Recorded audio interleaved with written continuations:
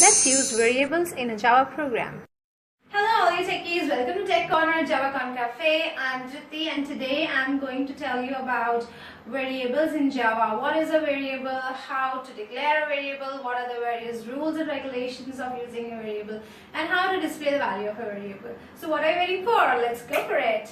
Okay, so a variable in Java, or for that matter any other programming language, is nothing but a name that we give to a memory location where we want to store our data.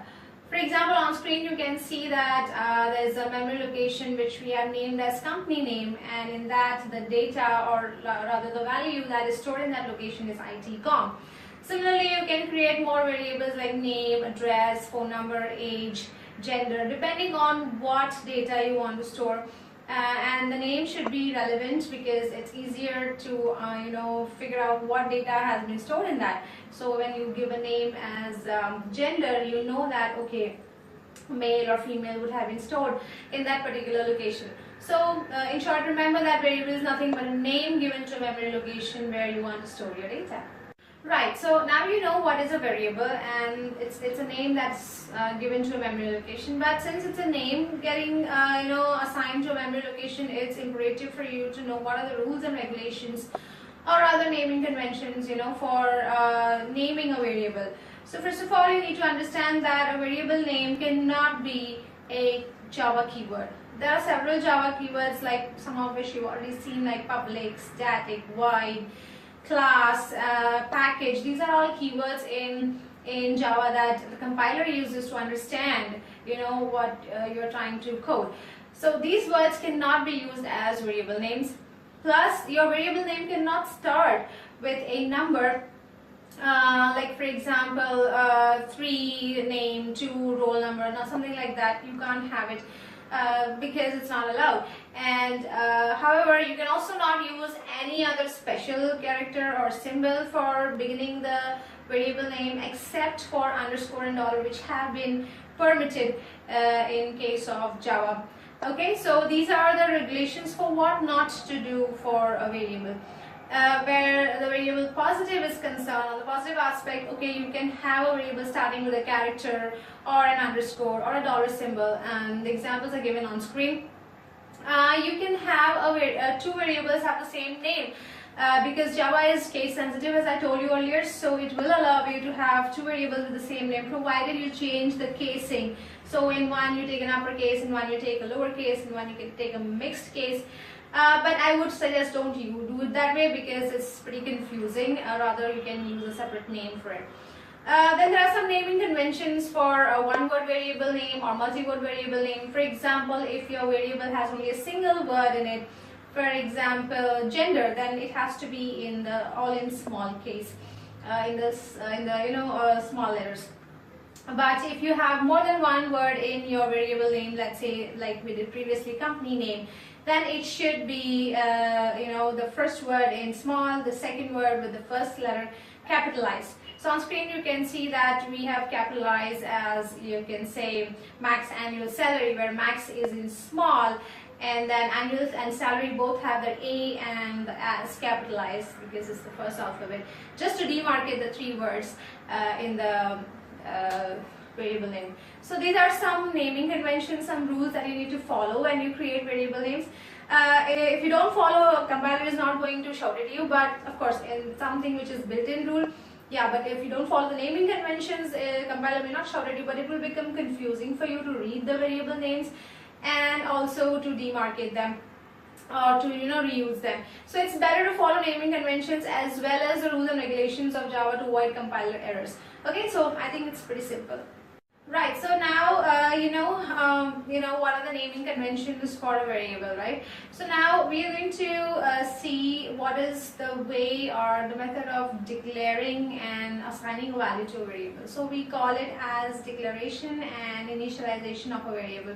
So on screen you can see that there is a variable called x which has been declared first. Okay, so there are several ways of doing this, so we are going to see all the different ways. First of all, you can do a separate declaration and initialization. So you can declare a variable with its type, for example int, x. Now what is int? Don't go into that. It's a data type. It means an integer. It's short for an integer or a number. Because we are going to take this data type as a separate block in which I'll explain you all about data types. But for now, understand that int is for integer, which is going to store a number.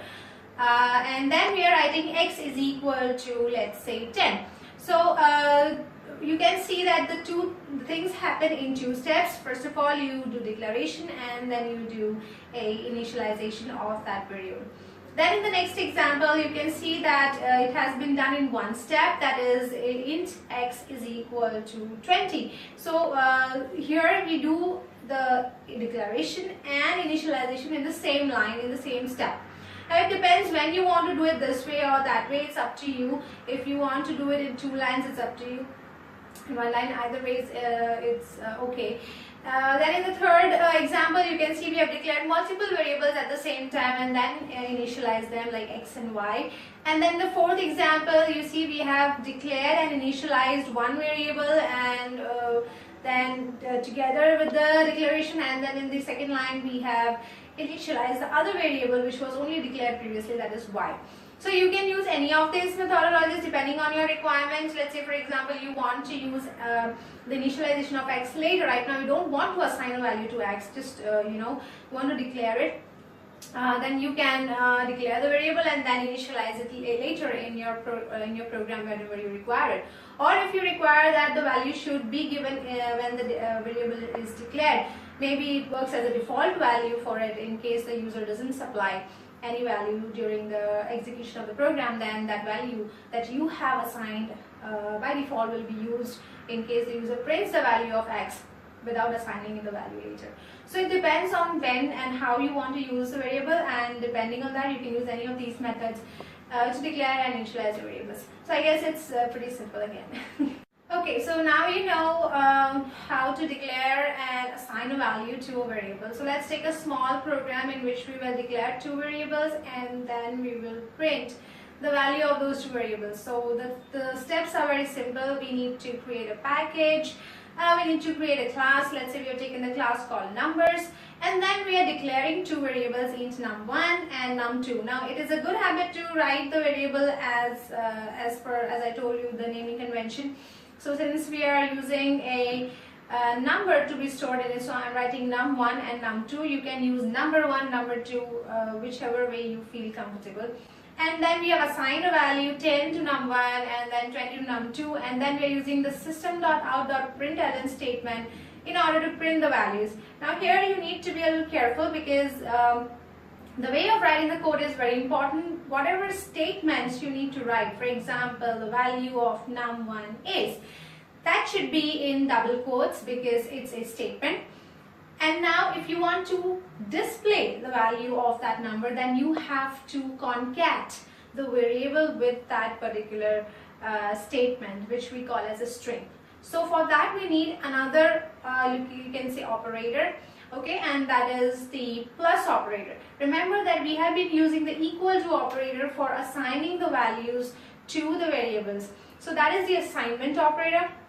Again, I'm going to take a separate block for operators. So right now just understand that equal to is the assignment operator, and here the plus symbol is not for addition, it is for concatenation or combining or joining two strings, or a number and a string, or a value and a string, whatever.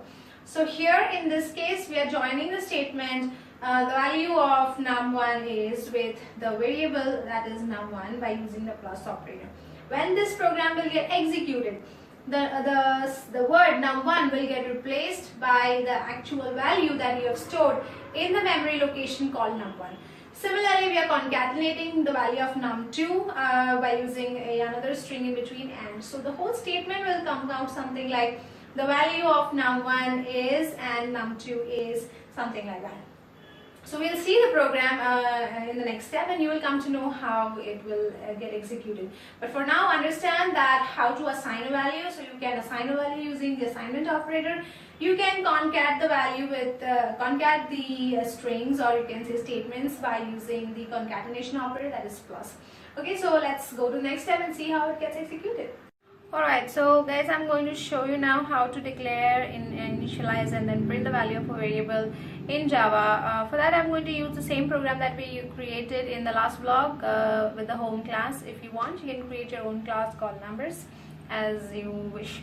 Okay, in case you have not seen that blog, please check the link given in the description box. Okay, so let's create two variables, int num1 equals 10 and num2.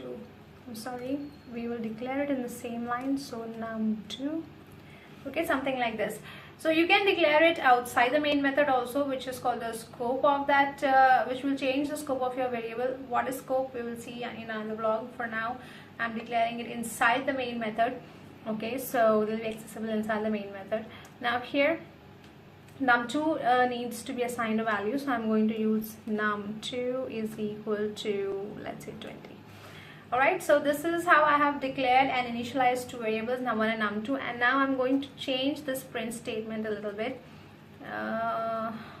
Okay, so I'm going to write down the value of num1 is, okay, and now see that this is a statement in which I have written the value of num1 is, but that num1 is just a word. It is not the variable that is holding the value. Okay, so it's just a word. In order to print the actual value, we'll need to concat num1 as a variable over here with this string. Okay, I have explained to you before how we can do this. Now again I'm going to write the word and over here because I need to print the value of num2 also. So and the value of num2 is, and space and num2. Okay, I'm going to get rid of this comment for now. We don't need it anymore. Okay, so this is how I'm going to print the value of variables num1 and num2. Note that here inside of the statement, this num1 and num2 is just a word. Okay, the compiler doesn't understand it as a variable name, whereas when I have concatenated it over here, you can see the color also changes because here the compiler recognizes this as the name of a variable or a memory location. Okay, so let's see what is the output. We'll save this. You can click here to save this and then run the program.